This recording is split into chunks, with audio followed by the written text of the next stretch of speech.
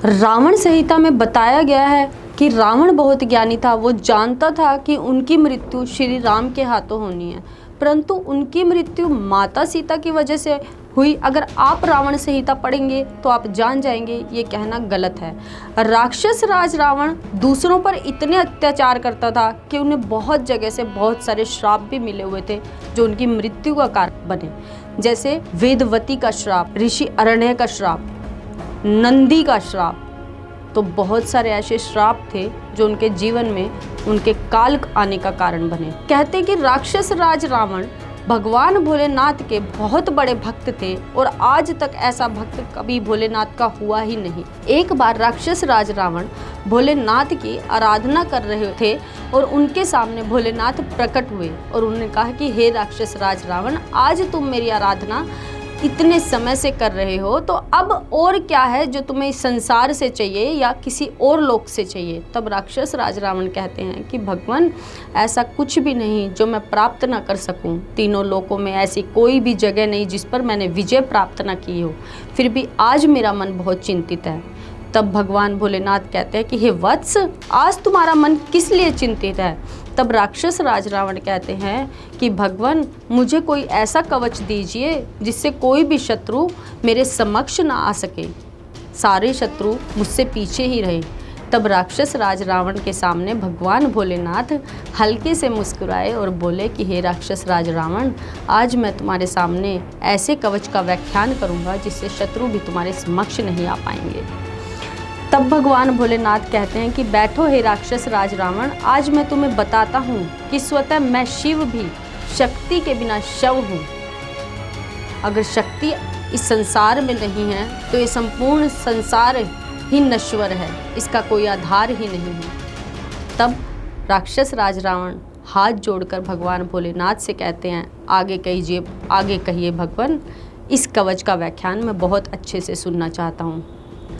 तब भगवान भोलेनाथ राक्षस राज रावण को कहते हैं कि जल हाथ में ले आप विनियोग करें, मैं इस कवच का व्याख्यान आपके सामने करने जा रहा हूँ। तब राक्षस राज रावण हाथ में जल लेते हैं और भगवान भोलेनाथ कहते हैं कि ओम अस्य श्री कालिका कवचस्य भैरव ऋषि गायत्री छंद श्री काली देवता सत्शत्रु विनाशाय विनियोग है। ऐसा कहकर भगवान भोलेनाथ राक्षस राज रावण को आदेश देते हैं कि ये जल आप हाथ में छोड़ दें क्योंकि कवच का विनियोग हो चुका है।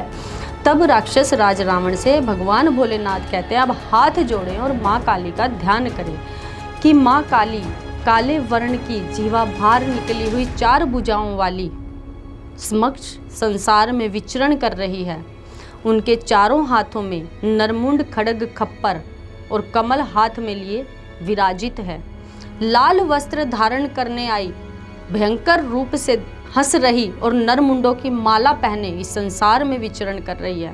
मुर्दे के शरीर पर बैठी हुई नरमुंडों की माला धारण किए हुए वो समस्त संसार को देख रही हैं। ऐसा कह भगवान भोलेनाथ ने उनसे कहा कि हे राक्षस राज रावण, आपको इस तरह से उनका ध्यान करना है। आपको ये सोचना है कि काली के समान इस संसार में दूसरा कोई है ही नहीं जो शत्रुओं का विनाश करे और उन्हें आप प्रणाम करें। ऐसा कहकर भगवान भोलेनाथ राक्षस राज रावण की तरफ देखते हैं और राक्षस राज रावण हाथ जोड़ फिर उनकी तरफ कहते हैं कि हे भगवान, अब आगे कवच का व्याख्यान और कीजिए कि अब मैंने विनियोग तो कर लिया, माँ काली का भी ध्यान कर लिया, अब आप मुझे पूर्णतः कवच का व्याख्यान कर बताएं कि आगे का कवच कैसे है। तब भगवान भोलेनाथ कहते हैं, हे भयंकर रूप धारण करने वाली, समस्त देवताओं की स्तुति करने वाली, आप हमारे शत्रुओं का नाश करें।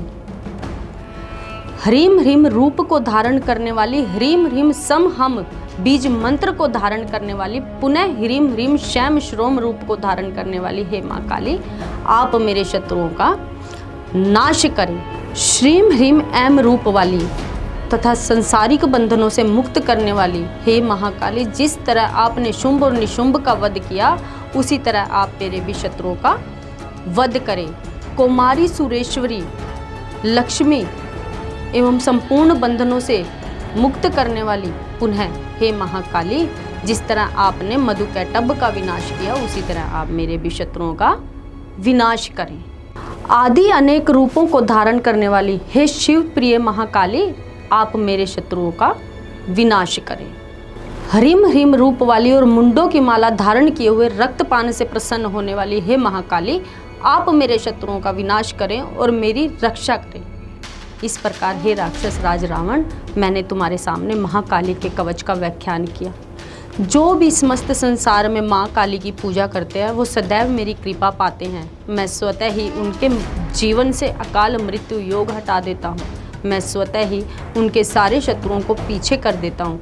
तो हे राक्षस राज रावण, जो मैंने तुम्हारे सामने इस काली के कवच का पाठ किया, जो व्यक्ति इस काली के कवच का पाठ 1008 बार करेगा वो संपूर्ण संसार में विजय प्राप्त करेगा। ये कहकर भगवान भोलेनाथ अंतर्ध्यान हो गए। मिलते हैं आप सबको नेक्स्ट वीडियो में। जय माता।